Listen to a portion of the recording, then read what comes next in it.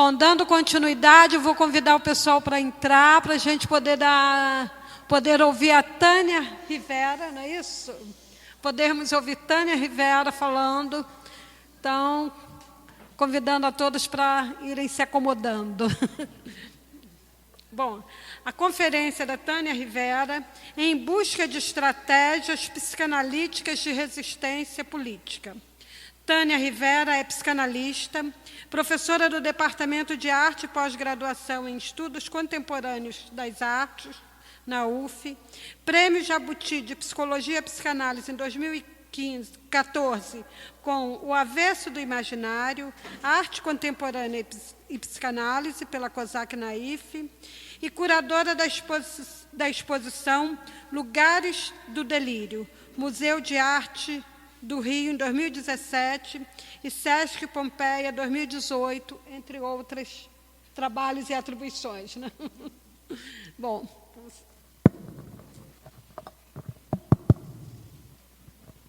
Boa tarde a todos. Estão me ouvindo bem, mesmo lá no final? Queria agradecer imensamente por esse convite para um evento que me parece absolutamente importante, urgente. Fico muito feliz de poder estar aqui com vocês. Fiquei muito triste de não poder participar do evento inteiro, porque, infelizmente, eu já tinha outro compromisso inadiável, mas estou feliz de, pelo menos, ter podido vir essa tarde. Eu acho que a questão da arquitetura da destruição, ou das arquiteturas da destruição, talvez seja interessante colocar no plural, ela convoca a psicanálise e o psicanalista, cada psicanalista, de modo que não é unívoco. Eu acho que se trata, sem dúvida, de, na esteira do que fez Freud já em 1921, né, pouco após a Primeira Guerra Mundial, tentar analisar, ou seja, quebrar, desmontar a arquitetura do fascismo, né, com a psicologia das massas. Sem dúvida, essa contribuição freudiana, que permanece tão atual, ela nos ajuda não só a compreender o cenário complexo e terrível cenário atual, mas também, talvez ela nos ajude a tentar desmontá-lo, considerando que o termo análise, né, vem justamente... na sua etimologia quer dizer quebrar, né? Tentar quebrar essa lógica e essas arquiteturas, mesmo que seja minimamente, tentar introduzir com o nosso pensamento pequenas fissuras nessa arquitetura. Na verdade, eu não quero crer que já haja uma arquitetura única e bem construída. Eu acho que há construções, há, sem dúvida, algumas paredes, alguns muros, principalmente, que foram erguidos, mas eu acho que nós temos, diante de nós, e como tarefa histórica da psicanálise, a defesa e a construção de uma arquitetura do sujeito. E, para tal, me parece muito importante que a gente possa, talvez, reconhecer na própria teoria psicanalítica e na sua prática também uma dimensão intrinsecamente política. Não se trataria, portanto, da psicanálise se debruçar sobre questões políticas e sociais, mas de ela se assumir como lidando com questões políticas, na medida em que, se nós consideramos como um Lacan, por exemplo, que o sujeito se constitui no campo do outro, de saída nós estamos com esse sujeito, esse eu fora de si, né? De saída, nós estamos num campo de alteridade bastante complexo, que configura aquilo que Freud nomeia, num dos seus textos mais famosos, né, como o mal-estar na cultura.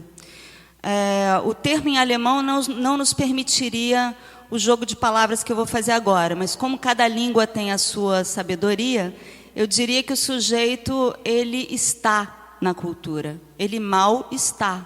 Ele está na cultura, nunca fora dela. Mesmo quando se trata, né, de um atendimento, um trabalho clínico singular no consultório ou em alguma instituição, enfim, mesmo no consultório, se trata, né, de mal-estar na cultura. É muito interessante pensar que se mal-estar, porque isso também nos levaria a pensar, apesar do termo alemão, como eu já disse, ser melhor traduzido como desconforto, mas na tradução consagrada em português, isso nos permite pensar que o sujeito nunca é em lugar nenhum. Afinal, ele não é senhor em sua própria casa, para mencionar uma das máximas mais famosas de Freud, não é?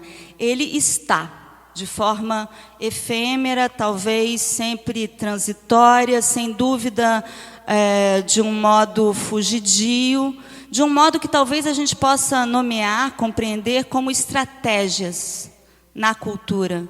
Talvez o sujeito surja ali onde, da arquitetura hegemônica, ele consegue, por alguma operação, por algum ato específico, num dado momento, num dado contexto geopolítico, histórico, quando ele consegue daquilo fazer, ao menos, uma promessa de arquitetura do sujeito. Talvez nessas fissuras, mas também nessas possibilidades de construção, me parece. E aqui eu estou aludindo à noção psicanalítica mesmo, as construções em análise, né? Eu acho que se trata dessas construções na arquitetura do sujeito. E, portanto, me parece absolutamente urgente, como eu dizia, uma discussão como a que esse evento propõe. Eu estou mesmo muito feliz de estar aqui e tentar, enfim, discutir um pouco questões que nos inquietam e nos deixam muito preocupados e também tem nos deixado, me parece, um tanto paralisados atualmente, né? E me parece que a psicanálise hoje, eu vou dizer de uma forma provocativa, porque eu gostaria justamente que a gente pudesse conversar sobre isso, debater, trocar ideias sobre essa proposta, segundo a qual a psicanálise não só se veria, nós psicanalistas, já que a psicanálise é essa abstração, nós psicanalistas encarnados num dado momento histórico e numa dada situação geopolítica, né? Nos vemos diante, me parece, de uma tarefa histórica que seria aquela, não só, como fez Freud, de tentar explicar o funcionamento da massa, de tentar analisá-lo, né, de revelar nele essa lógica da comunhão e do contágio, graças a essa ligação de cada um dos eus da massa à figura do líder colocado no lugar do ideal do eu, como diz Freud, essa estrutura que faz com que entre os eus, né, entre os indivíduos da massa, algo se amalgame e se então forme uma entidade de um pertencimento extremo, né, maciço, como indica a palavra massa, totalmente acrítico, né, que faz com que a massa receba palavras de ordem, slogans, de maneira a não questioná-las, né?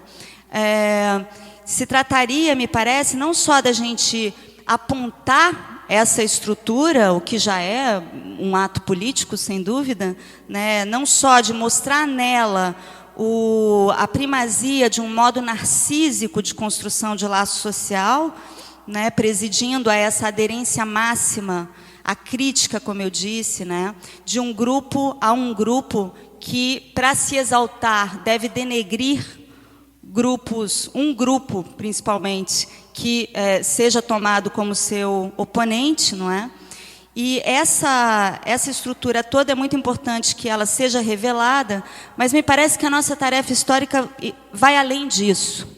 A nossa tarefa histórica seria, talvez, a de propor ativamente, com a psicanálise, outros modos de laço social que não o da massa. E essa tarefa, sem dúvida, ela é enunciada assim, bastante pretensiosa e talvez eu esteja exagerando no tom dessa provocação, mas eu acho que se trata, para nós analistas, a cada momento, tanto do nosso trabalho clínico quanto do nosso trabalho teórico, os dois imbricados num mesmo movimento constante, a se refazer, numa mesma subversão, a se tentar a cada momento, se trata, me parece, justamente de buscar essa possibilidade de transmissão, de ligação antinarcísica, uma espécie de conjugação ou compartilhamento de singularidades, um compartilhamento de diferenças, né? De praticar e refletir sobre e propor uma espécie de política do descentramento. Então, nessa lógica, que me parece ser já o nosso campo de atuação e de reflexão, em vez da veiculação de palavras de ordem a serem recebidas de modo acrítico, talvez pudesse se tratar de transmissão do desejo. E, para isso, para pensar essa ideia um tanto louca, eu admito, de uma transmissão do desejo,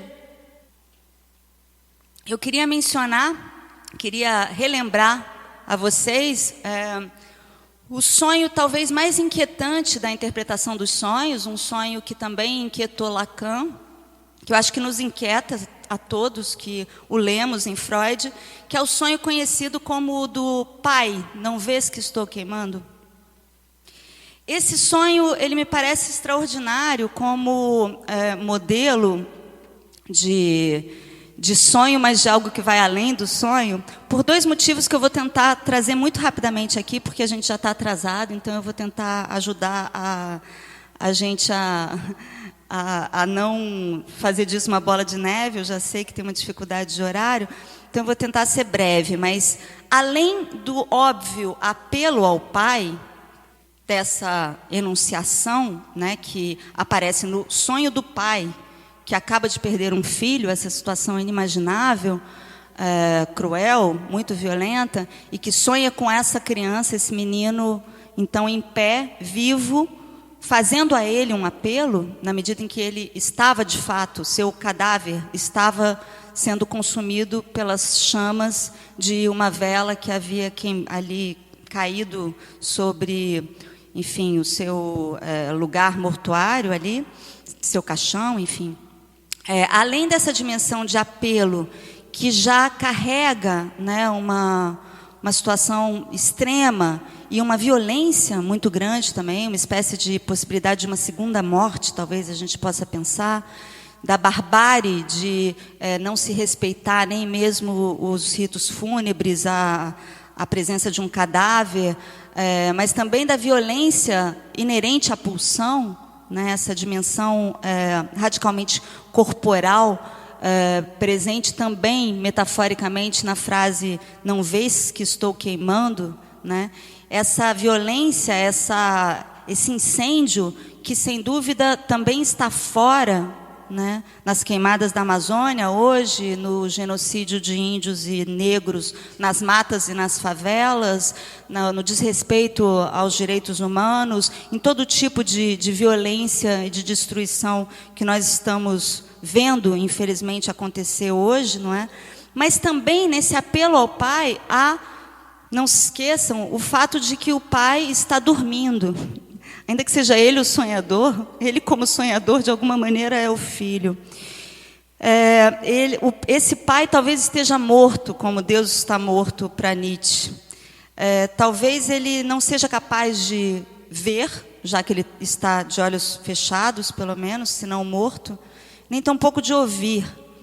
Mas nesse apelo, talvez haja um tom. E aí é muito interessante, porque, de fato, a gente lê a interpretação dos sonhos, e nesse trecho em que Freud se refere a esse sonho, vocês se lembram que se trata, na verdade, de um sonho que foi ouvido por alguém, relatado, primeiramente, foi relatado a Freud por uma paciente, que o ouviu de um conferencista que deu uma palestra sobre sonhos, que o teria ouvido de outra pessoa. É uma espécie de sonho assim,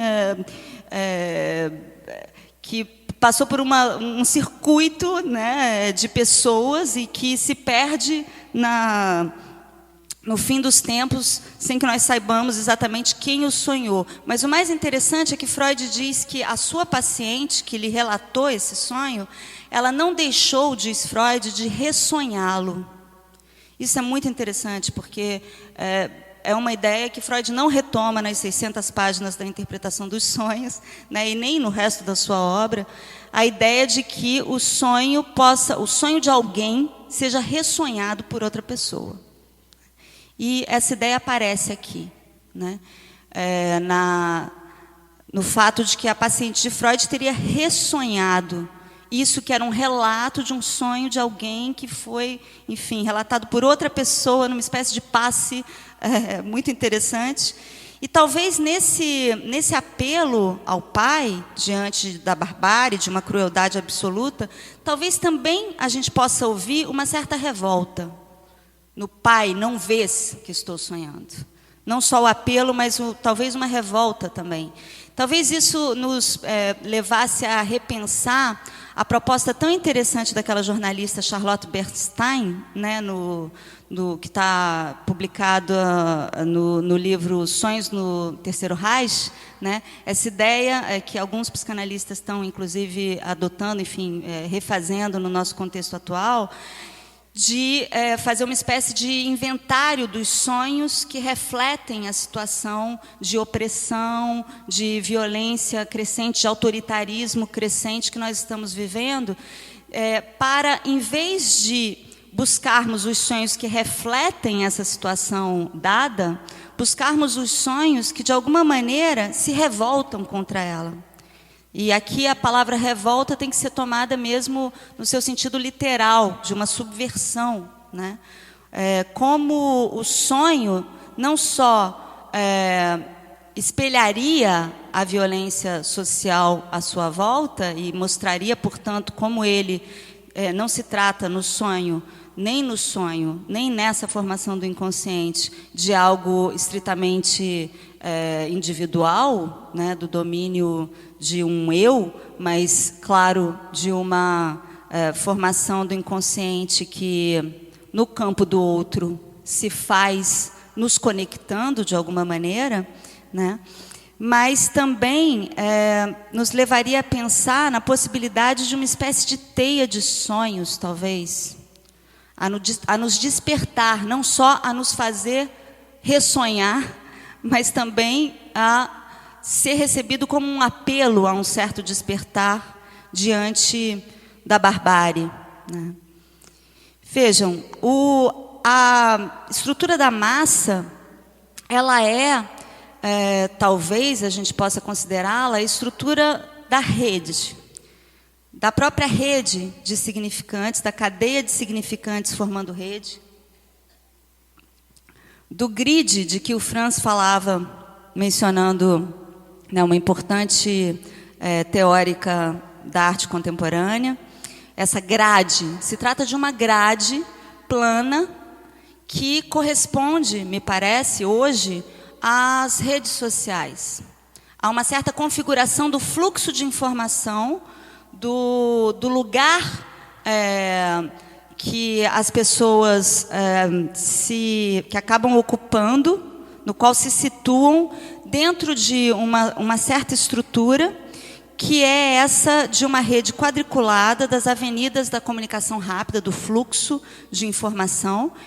E nas redes sociais, eu vou falar disso de uma maneira muito rápida, mas eu acho que é muito importante mencioná-lo, porque está muito claro para a gente como é essa estrutura que, na minha opinião, coincide exatamente com a estrutura da massa para Freud. É graças a essa estrutura de comunicação que veio suplantar as mídias, né, enfim, tradicionais e tiveram grande importância nas eleições de candidatos de direita recentemente no mundo, a partir, né, do movimento que levou a ocupações, primeiro a manifestações, depois a ocupações ao redor do mundo, né? Eu acho importante a gente pensar a questão das redes sociais como essa estrutura na qual cada um se representa especularmente de modo radicalmente narcísico e, sem dúvida, além disso, seguindo a lógica da mercadoria. Não só cada perfil, por exemplo, de Facebook é extremamente narcísico, eu estou dizendo uma bobagem, vocês sabem disso tanto quanto eu. A gente suporta o que cada um consegue suportar do narcisismo do outro. E do seu próprio, talvez. Mas, enfim, os perfis são absolutamente narcísicos, absolutamente, assumidamente narcísicos.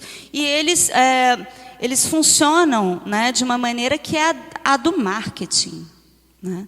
A estrutura, o dispositivo prevê isso, né? Eu me lembrei, pensando agora há pouco em como falar sobre isso, eu me lembrei de uma frase incrível do Merleau-Ponty. Ele diz assim, num dado momento, o outro só se apresenta de viés. Nas redes sociais, estamos todos de frente. Nem temos lado, nem costas, né? É o domínio da planaridade, da imagem especular mais rasa, sem dúvida, e isso esposa muito bem a lógica da mercadoria, segundo a qual tudo deve ser exaltado rapidamente em slogans, e tudo, portanto, se propaga como propaganda, justamente, né? Aliás, eu fico surpresa cada vez que eu entro no Facebook, por exemplo, com o fato de que entre o marketing pessoal de cada um no seu perfil e o marketing das empresas, não há qualquer diferença, né? O marketing empresarial há uma certa confusão entre público e privado que define também essa lógica, que é a lógica do liberalismo absoluto, né, do nosso capitalismo tardio. E, pensando no nível temporal, não há hesitação, né? É a ideia de fluxo, de avenida de comunicação que impera, né? É a lógica de uma reação imediata. Tudo é frontal, tudo é slogan, não há lugar para a formação do inconsciente, para lapso, para ato falho, para tropeços, ou quase não. Talvez eu tenha que frequentar mais o Facebook, porque certamente, de alguma maneira, sempre há formação do inconsciente, mas não frontalmente, né? Não há lugar para a densidade da presença, daquilo que não se dá inteiramente a ver. Eu não estou fazendo com isso, longe de mim, querendo fazer um discurso nostálgico contra a tecnologia. Mas eu acho que é muito importante, assim como Freud nos revela a estrutura da massa, a gente pensá-la nessa grade, nessa rede, que são as redes sociais, né? E a gente poderia até brincando dizer assim, alguma coisa como a mercadoria seria o que representa um sujeito para outra mercadoria. Algo assim. Enfim, brincadeira. Mas, seja como for, os significantes estão dados nessa rede. A gente flutua nessa planaridade. De tal maneira que a rede traz as informações, ela traz as denúncias, as eventuais, digamos, os eventuais ataques, e ela já prevê como estrutura simbólica as reações a eles. Então, se trata de uma rede autoritária nesse sentido. Se trata de uma rede como aquela de pesca na qual nós somos pescados, sem dúvida. Ou ainda a gente poderia pensar nessa estrutura do grid, do quadriculado, né, da estrutura ortogonal, que é a própria da racionalidade ocidental, que aí teríamos, supostamente, estaríamos cada um no seu quadrado, né? Mas, na verdade, é uma dança entre quadrados que se dá aí de modo a garantir o contágio imediato, que é o da massa. Contra isso, em oposição a isso, talvez a gente pudesse tentar pensar teias de singularidade. Teias que têm uma estrutura um tanto errática, né? Que se fazem, como as teias de aranha, em torno de certos núcleos, que são estruturas topológicas, na verdade, na qual se encontram alguns nós, que trazem torções inusitadas, traços inusitados, e para tentar pensar, digamos, tomar de empréstimo alguns traços disso, algumas vias de estratégia ou estratagema para pensar isso, me parece útil, interessante a gente trazer o trabalho de um artista argentino que se chama Tomás Sarraceno.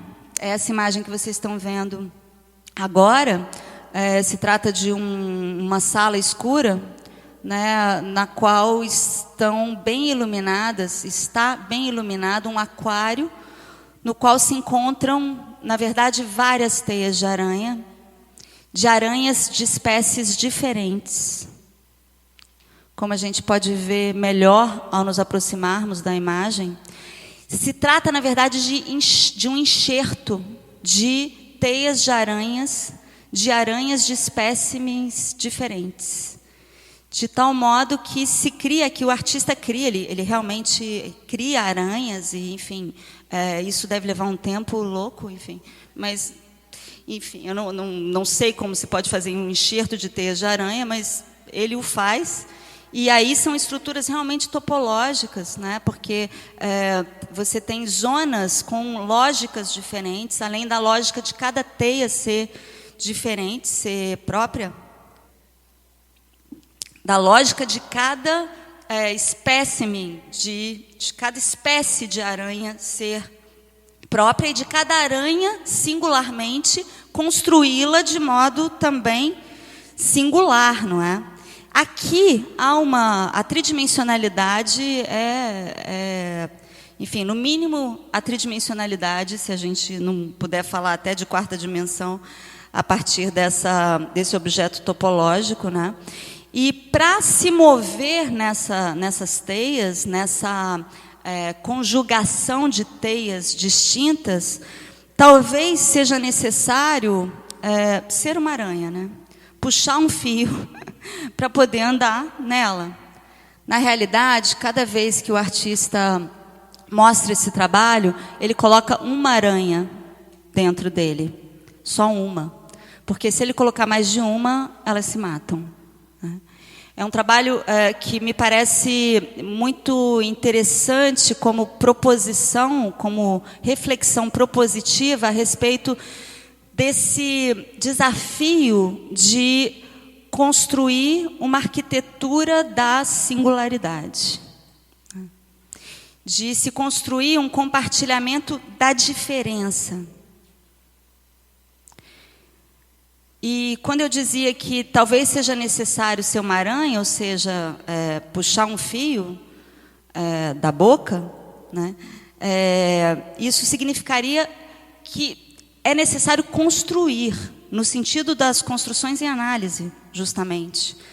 Mas talvez também no sentido do que um pensador muito interessante, que é o Fernand Deligny, né, que é um educador que trabalhou de maneira revolucionária com crianças e adolescentes autistas no sul da França, nas décadas de 60 e 70, principalmente, prosseguiu na década de 80, e que na sua reflexão, na sua prática também, mas especialmente nos seus textos, ele me parece dialogar como ninguém naquele momento, na década de 70, com a noção de real em Lacan. Ele fala da teia de aranha, da aranha, do aracniano, diz ele, como algo fundamental, porque para ele, aí eu o cito, a rede é um modo de ser. Eu coloquei a rede, mas na verdade o termo mais correto seria teia, porque em francês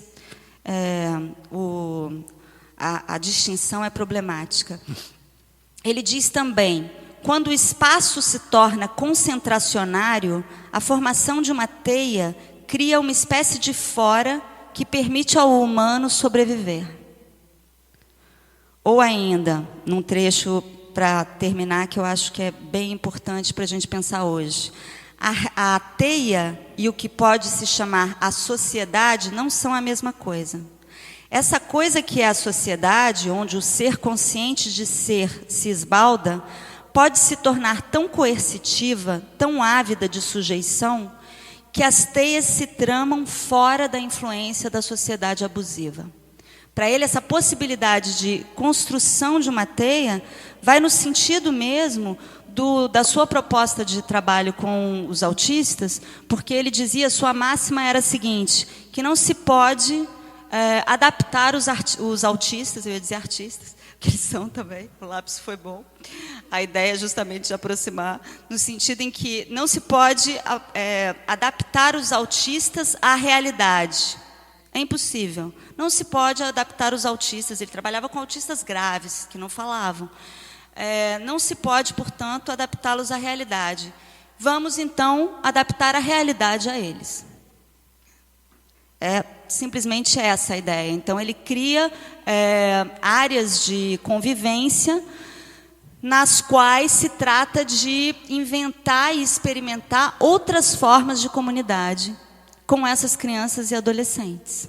E alguns adultos que ele chamava de presenças próximas e que não eram psis, eram operários, eram pessoas diversas, enfim. É interessante pensar, talvez, nesse trabalho do Sarraceno ainda, que, não sei se dá para ver bem nessas imagens, mas eu fotografei, isso é uma fotografia minha, dá para ver as pessoas atrás. Está dando para ver? Eu gosto de pensar essa presença das pessoas, apesar delas não estarem dentro das teias, dessa mistura de teias, como parte do trabalho.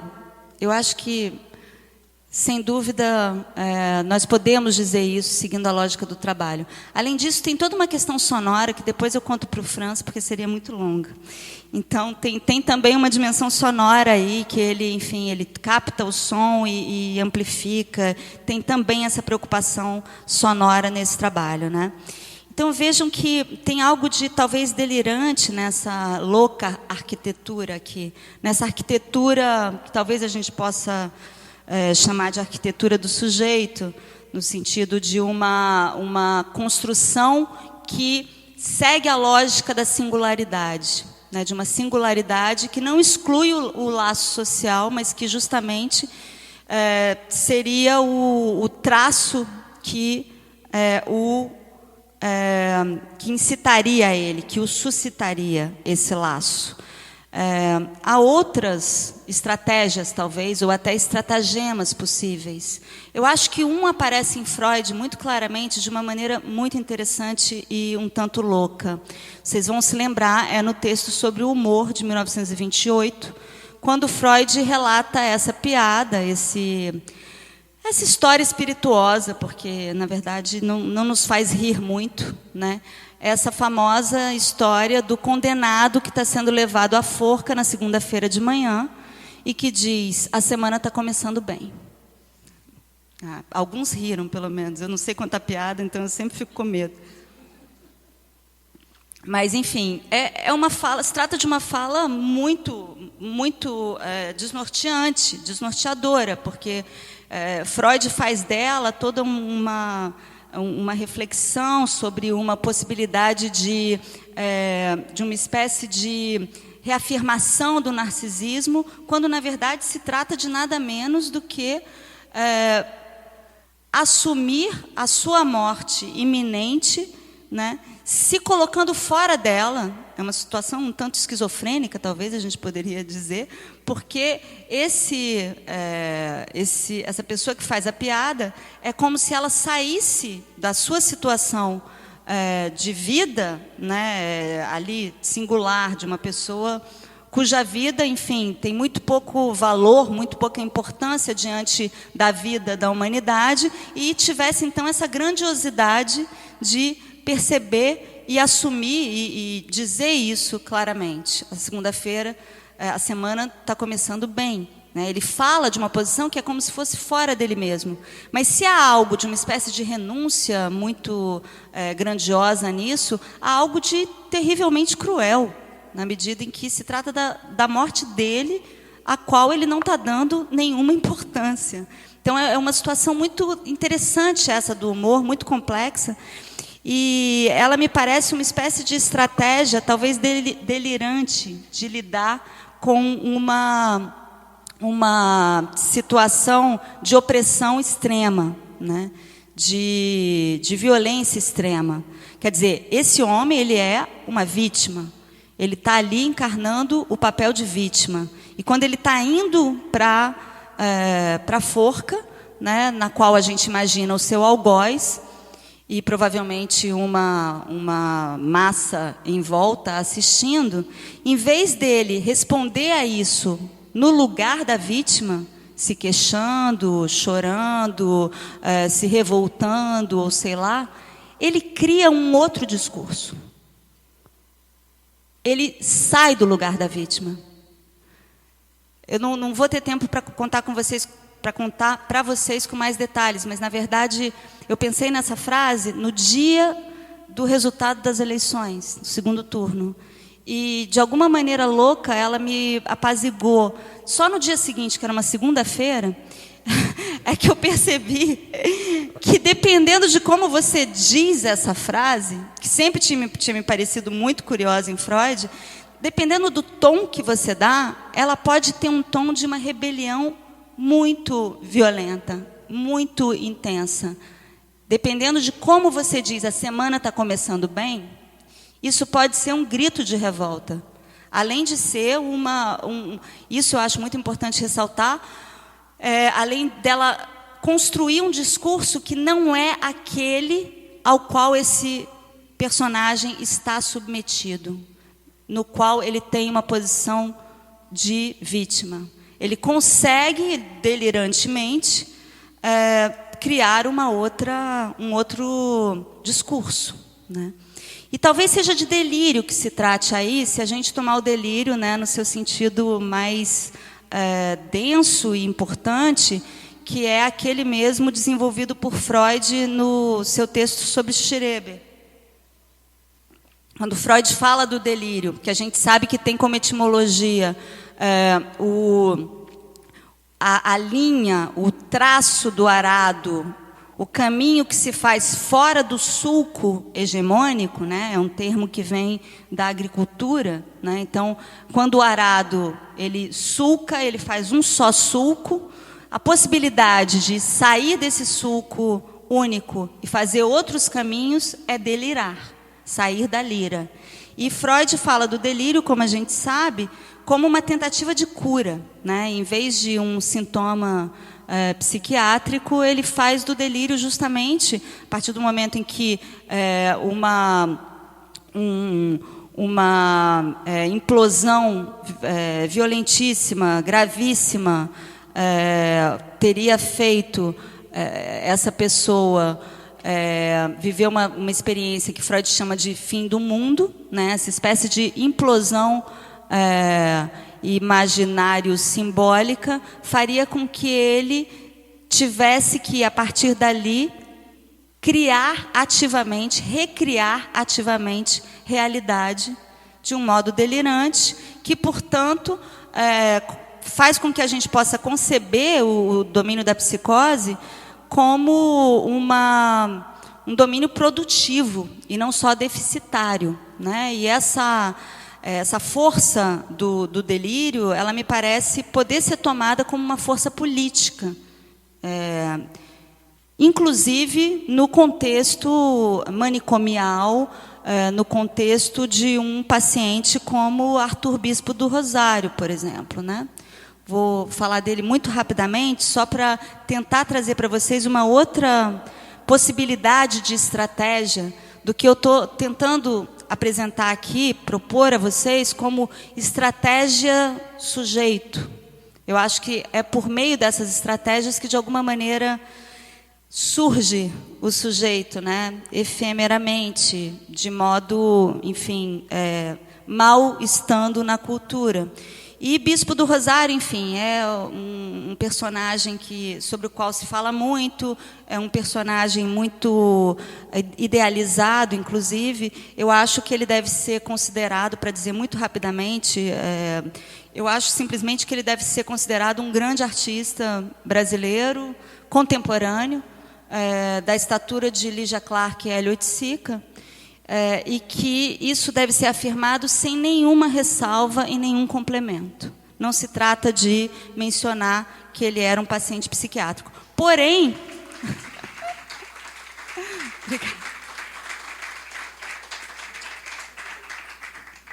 ao mesmo tempo em que a gente deve considerar que a sua obra é indissociável da sua vida, que era de um homem negro, pobre e imigrante nordestino no Rio de Janeiro, razões pelas quais ele ficou internado tanto tempo. Aliás, ele não esteve internado durante 50 anos seguidos, ele conseguiu fugir, ele conseguiu ter alta em alguns momentos, mas ele, além disso, enquanto estava internado, ele conseguiu, em ações micropolíticas, que incluíam o seu trabalho incessante de reconstrução do mundo, e em Bispo o trabalho do delírio e o trabalho de arte coincidem como em nenhum outro artista, me parece, pelo menos que eu conheça, e ele, então, ele consegue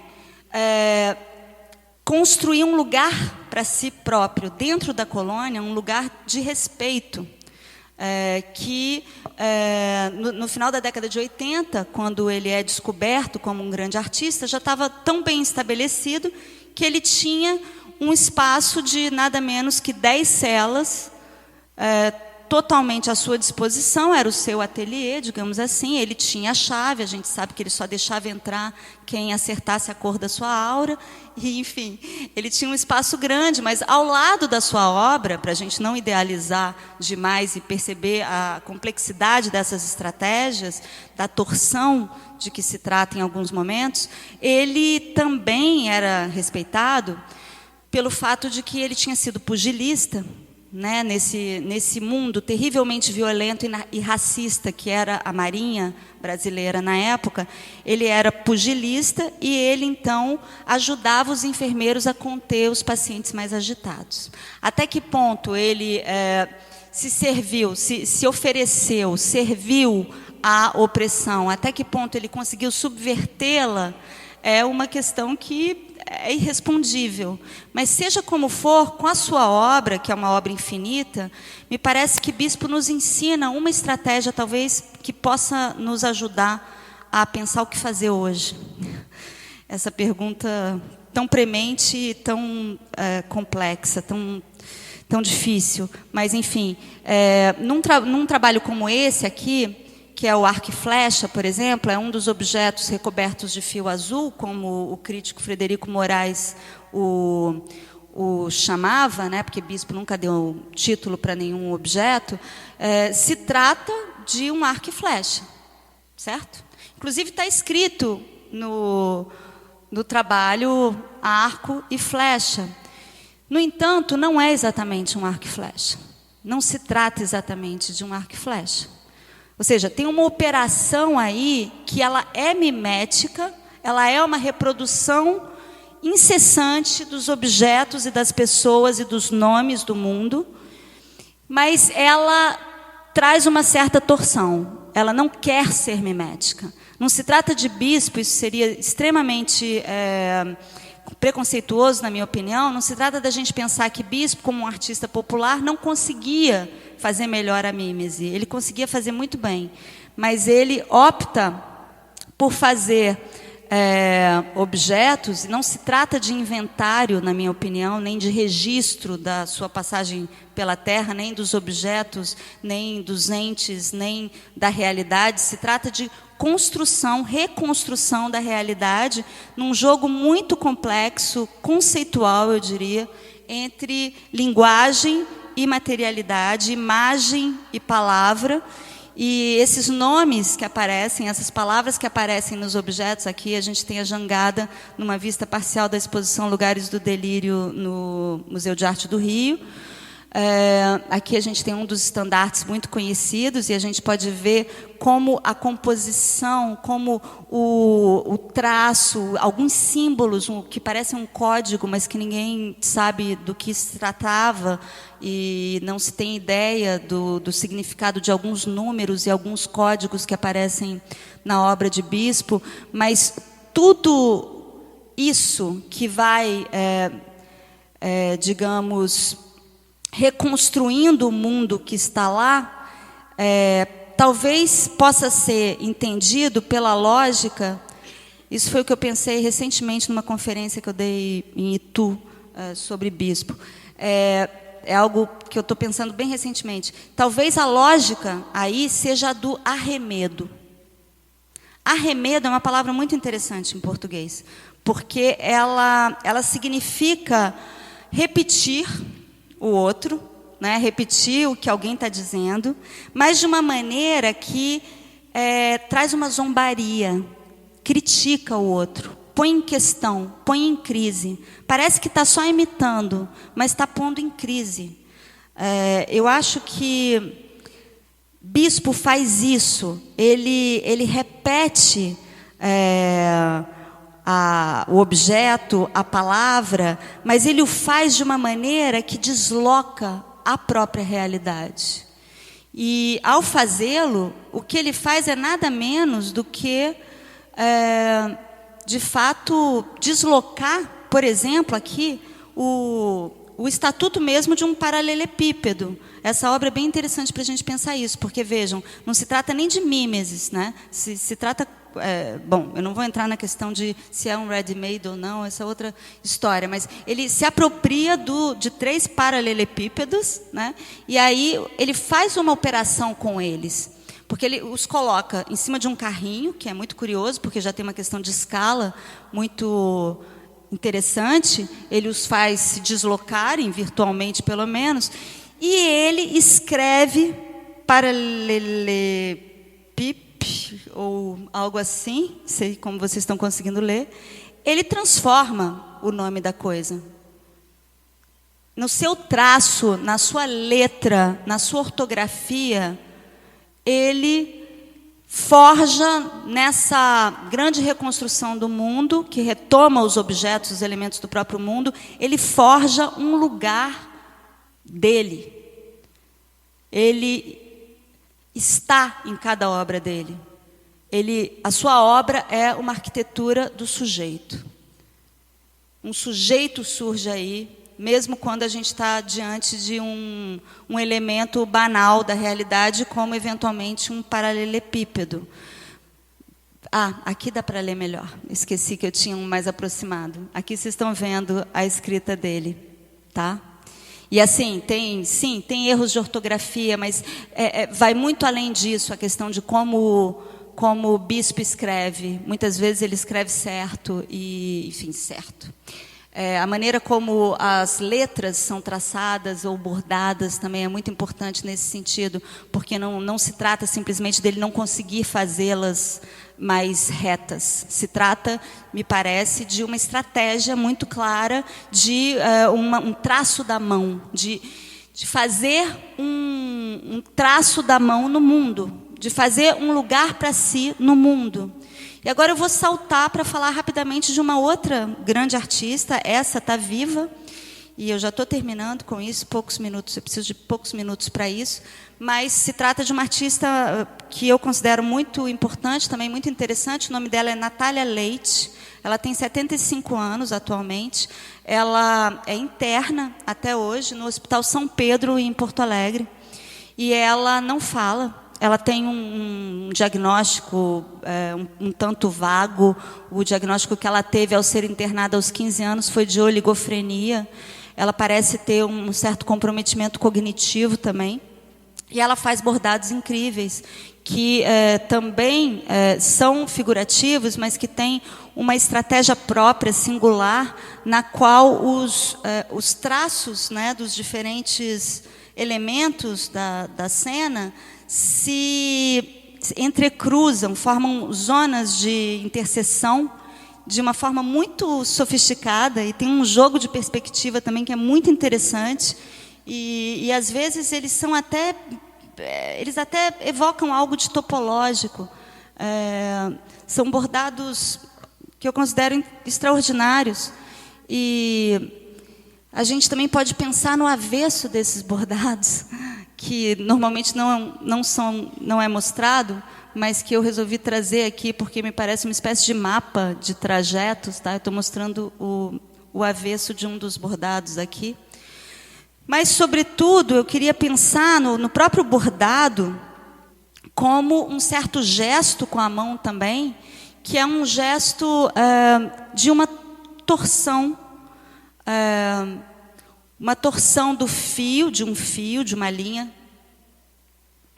talvez comparável com aquela torção do neto de Freud brincando de Fort-da, aquele giro da mão, ou um quarto de giro, né, que faz com que o objeto apareça, dá, ou suma entre o cortinado, ó, de Fort, longe, foi embora. Esse jogo, né, que Freud situa como uma grande realização cultural do menino, talvez a gente possa pensar o bordado como um certo giro também, uma possibilidade de torcer os elementos do mundo, e inclusive a situação daquele sujeito no mundo, no caso da Natália, né, a sua situação de vulnerabilidade, de fragilidade extrema, né, de verdadeiramente emprisionamento,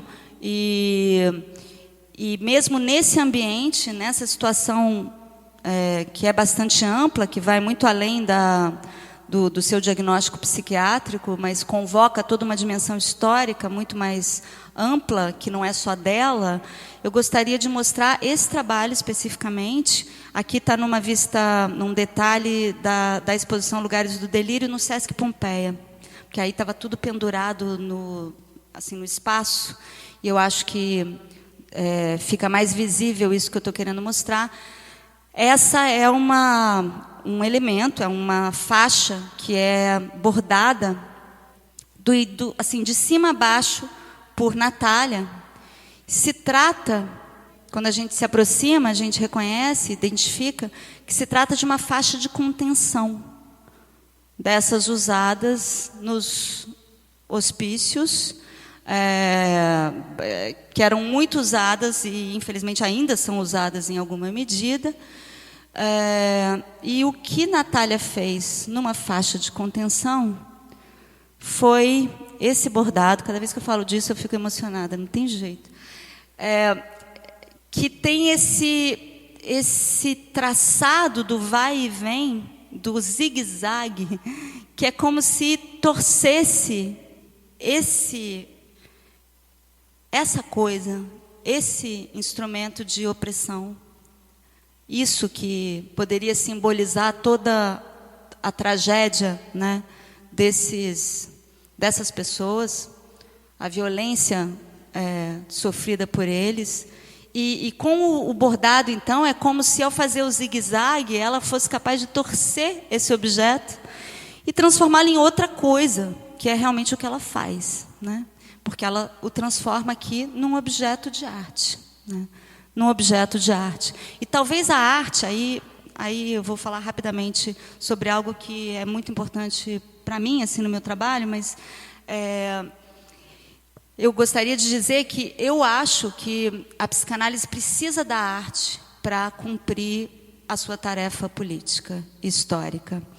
E aí, para terminar, só para tentar colocar um traço meu, uma linha na teia de aranha, já que eu estou propondo isso, tentando ser consequente, eu queria contar para vocês que outro dia eu vi com uns amigos o filme, né, o Bacurau, e nós saímos bastante impactados pelo filme, e surgiu uma ideia que nós queremos colocar em prática de maneira anônima. Então, aproveitando que vocês estão aqui, eu vou dizer que a ideia é ter uma plataforma anônima no Instagram, e a gente vai convidar as pessoas, quem quiser, né, de maneira anônima sempre, a propor alguma estratégia contada de maneira bem curta, em texto e em imagem, já que o Instagram convida isso.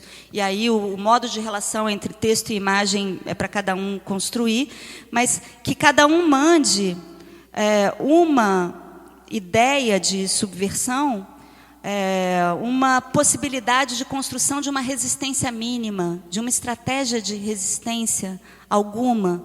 Essa ideia surgiu da história que um amigo tinha me contado poucos dias antes, que eu não sei se vocês conhecem, eu não conhecia, de Lampião, das sandálias de Lampião. Lampião tinha um sapateiro a quem ele encomendava sandálias que fossem absolutamente retangulares, porque aí eles andavam no sertão e a polícia podia achar as pegadas deles, mas nunca sabia a polícia se eles estavam indo para uma direção ou para outra. Estratégia muito boa.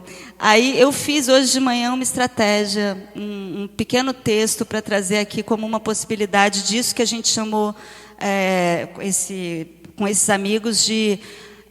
vai se chamar, então, essa plataforma Sandálias de Lampião, a arte das resistências mínimas. E aí eu vou mostrar para incitá-los a também fazerem isso. Eu acho que daqui a umas 2 semanas, o Lucas vai me ajudar, ele está ali, a gente tem isso no ar, daqui a 2 ou 3 semanas, mas enfim, eu fiz essa daqui.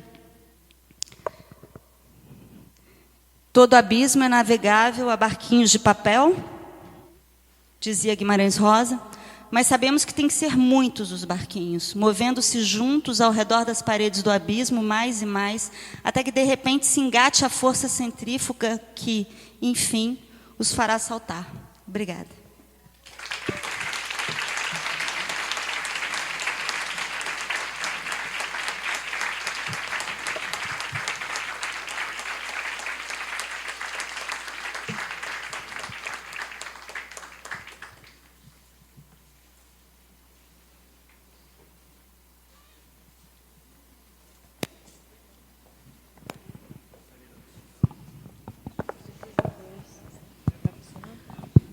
Tânia, muitíssimo obrigado pela sua fala. A gente ficou aqui navegando. Eu vou pegar a imagem do barquinho.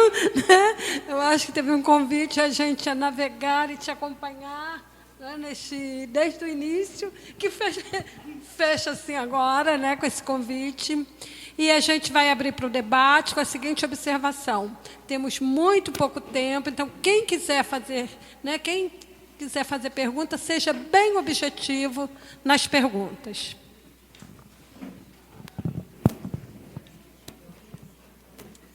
Obrigada. Alô? Oi, Tânia, tudo bem? Eu sou a Maíra, não sei se você se lembra, eu fui sua aluna na UNB. Obrigada por essa fala, me provocou muito, até porque eu estou estudando o livro do Deliné, esse Aracnianos, pelo curso Psicanálise Fora do Lugar, aqui com o Rodrigo Ventura, da EBEP. E tem me provocado bastante também, inclusive, nesse fazer clínico. Eu acho que aquilo que você falou a respeito de um fazer, de algo que...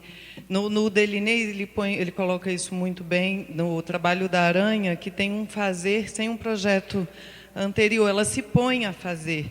E eu me peguei pensando muito sobre um sintoma do nosso tempo, que é de uma dificuldade de passar a uma ação, a agir, e que isso reflete até entre nós, assim, psicanalistas, que você inferiu. Mas acho que estão acontecendo muitas mobilizações nesse sentido, e uma dessas são essas formas de escuta, de implementação de escuta clínica na rua. Eu faço parte de um projeto desse que chama Psicanálise na Rua, lá em Brasília, onde você há pouco tempo esteve visitando, Infelizmente eu não estava lá, mas o grupo me reportou. Fiquei muito feliz. E acho que aí eu queria aproveitar essa interlocução, dar uma palavrinha sobre isso. Pensei algumas coisas nessas telas de singularidades que você propõe com a obra do Sarraceno, me remeteu ao nosso trabalho, assim, como uma possibilidade de instaurar um furo no meio da grade plana do capitalismo, no meio da cidade, que é essa grade da imagem do capital, e inserir ali uma ilha onde o sujeito pode emergir. Como dar lugar ao não lugar, sem defini-lo também, sem dar um lugar, um nome, porque a gente sabe que esse sujeito do inconsciente também ele não pode ser predicado, como o Safatli também bem coloca. Então, que esse sujeito possa emergir nesses espaços com a sua singularidade.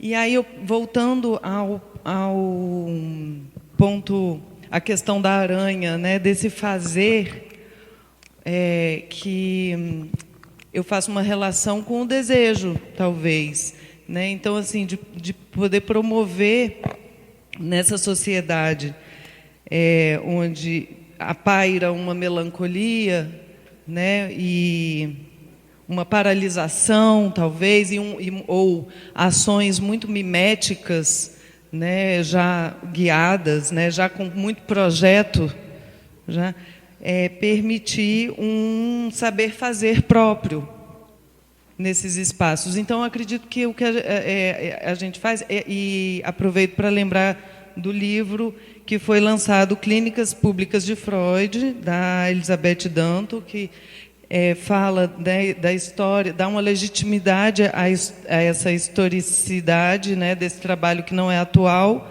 não é de agora, mas o contexto atual é bem particular. Então, eu queria que você falasse um pouquinho sobre isso, como você vê esses projetos, essas iniciativas, e se pode ainda nos ajudar a pensar mais, né, pensar além nessa atividade. Obrigada. Gente, olha só, a gente está num contexto muito difícil a gente querer falar e contextualizar, mas eu vou pedir para procurar ser mais sintético na contextualização da pergunta, tá bom? Oi. Oi. Nelma, aqui. Eu achei essa imagem da aranha. Está saindo.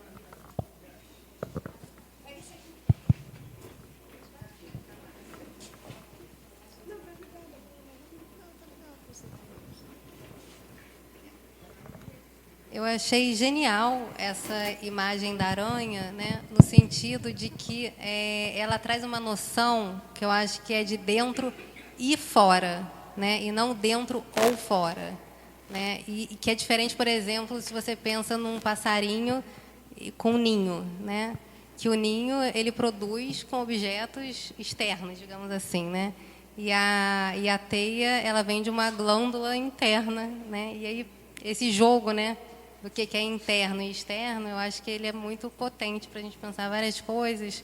E eu pensei, o que me fez lembrar, que era uma pergunta que eu já tinha para a mesa anterior, mas a gente não tinha tempo, e aí até se outras pessoas quiserem responder também, que tem um movimento, né, de alguns artistas, entre aspas, privilegiados, que usam como objeto mazelas outras, né, de que não experimentam, e que isso tem sido muito criticado.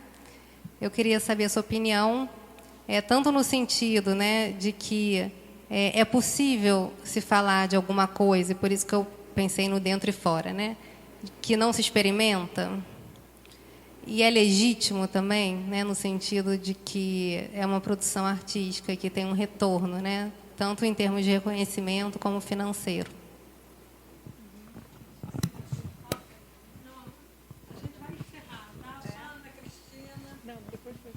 É rapidinho, não. Tânia, você acabou de mostrar uma beleza de um bom uso das redes sociais, né? Então, o Instagram ele surge nessa mesmo veio narcísico banal que você falou do Facebook, porque é para se mostrar, para fazer o check-in, para a pessoa saber que o outro teve na festa de não sei quem. Enfim, eu acho o Instagram ainda pior que o Facebook, num certo sentido, porque ele é mais imagético e aí fica os narcisismos banais. Você acabou de propor um uso maravilhoso no Instagram. Rapidamente, estou retomando o Facebook, ele tem uma história bem complexa. Quer dizer, ele nasce Facebook mesmo, né, que mostre sua cara, né, como uma rede edu, que era dentro de Harvard, para as pessoas se encontrarem, uma espécie de Tinder visual, né? E toma uma proporção gigantesca e que vai para pelo menos 2 vias, se não mais, né? Uma delas que ele, a partir do Big Data e dos algoritmos, aqueles dados todos que ele recolhe, que ele vende, doa, foi interrogado pelo Senado americano, etc., destrói países, elege Trumps, participa de Brexit, né? A Grã-Bretanha está numa situação terrível por conta disso, e ele tem uma participação direta, mas também é um lugar de resistência. né? É um lugar onde, por exemplo, o meu uso do Facebook, eu não mostro nem a minha cara, eu boto lá uma coisa de um artista plástico, lá, se não me engano, acho que é o David Rock, nenhum desses assim, que é uma cara que não é a minha.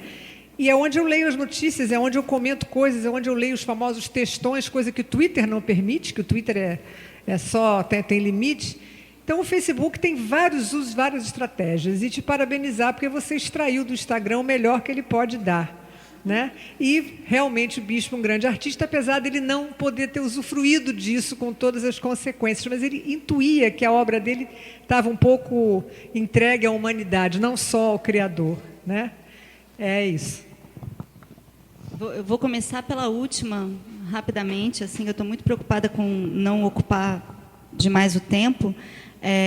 Eu te confesso, Ana Cristina, que eu nunca tive Instagram. Eu nunca vi o Instagram. Ok, mas o Lucas me convenceu de que vai ser a melhor plataforma, então eu vou... Não, você tem toda a razão. Eu falei de uma maneira um pouco rápida demais. Eu acho que a grande questão é como fazer furo nessas telas, né, planas, nessas telas que são meros espelhos, como fazer disso outra coisa, como fazer torções. Eu acho que essa é a questão. Essa é a nossa questão, justamente, né? Como encontrar estratégias para isso, porque elas estão aí. Não se trata de simplesmente fazer um discurso nostálgico ou psicopatologizante ou de denúncia da tecnologia. Isso tudo seria muito bobo, me parece. Se trata justamente de, reconhecendo a lógica dominante, poder tentar, né, construir outras formas que quebrem essa hegemonia, né? Eu acho que a questão das clínicas da psicanálise na rua hoje, Maíra, é uma forma uma espécie de tentativa de fazer furo também no próprio cenário psicanalítico. Por isso eu acho muito importante. Acho que coloca questões radicais, coloca questões não de uma aplicação da teoria, da técnica psicanalítica, se é que ela existe, porque eu acho que ela nem existe, mas, enfim, de questões da psicanálise, digamos, clássica, para uma situação inusitada. Eu acho que não se trata disso, se trata de, arriscando estar na rua, recolocar questões fundamentais para a própria psicanálise. Então, eu estou muito feliz de ver grupos como este, estar podendo, eventualmente, acompanhar aqui e ali, onde me chamam para conversar. E em Brasília, só para você ter uma ideia, devem ter te contado, mas só para contar um pouco que tipo de coisa acontece. Claro que a gente foi conversar na rua, e aí, assim que a gente começou a conversar, chegou um homem totalmente bêbado, e ele sentou, e ele participou de toda a conversa junto com a gente. Ele deu ideias bem interessantes. Foi bem legal até ele cair, e aí a coisa ficou um pouco mais complexa. Mas, enfim, é como assim, se o real tivesse o tempo inteiro ali pulsando e você tivesse que lidar com isso, né? Não fosse possível fingir que no consultório a gente está fora da rua. Porque o consultório também está na rua. Essa que é a questão.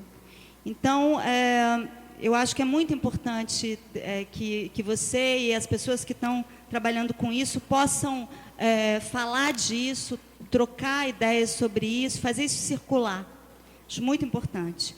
E, por fim, para falar da aranha, da teia como uma espécie de fita de Möbius, que eu acho que é isso mesmo de que se trata, né?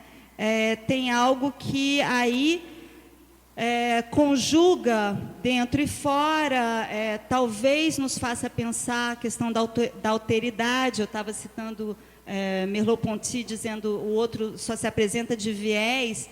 A teia, ela é uma armadilha. Não esqueçamos disso, eu não mencionei. Mas a teia é uma armadilha para o outro. Tudo bem que a aranha vai comê-lo. A gente não tem exatamente essa ideia, espero. Mas, enfim, tem uma armadilha para o outro aí, que pode ser um modelo também para a gente pensar a captura, a transmissão. Isso que eu estava tentando falar de maneira muito elementar, sem dúvida, de uma possibilidade de transmissão do desejo. Eu acho que tem algo de captura nisso, que talvez a teia também possa oferecer um modelo de alguma maneira. E isso, não é à toa que você liga, então, isso daí, passa disso. Muito interessante que você passe disso, agora sim, para a questão da apropriação da realidade do outro, para, de alguma maneira, se promover como artista. Tem isso, sim. Trabalhos sociais, sociais, com comunidades, né, um discurso social, político, a gente pode até considerar como, não sei se o Franz vai concordar comigo, é um assunto polêmico, mas a gente pode até considerar como uma espécie de academicismo atual. Os artistas estão fazendo muito isso. Então, não dá para a gente considerar isso em geral, né, em toto. A gente tem que pensar cada proposta dentro disso. Claro que tem propostas que são densas, que são incríveis, outras não, eventualmente. E isso está sujeito, como tudo, como o campo da arte contemporânea, está sempre sujeito ao dissenso, ao consenso e ao dissenso também.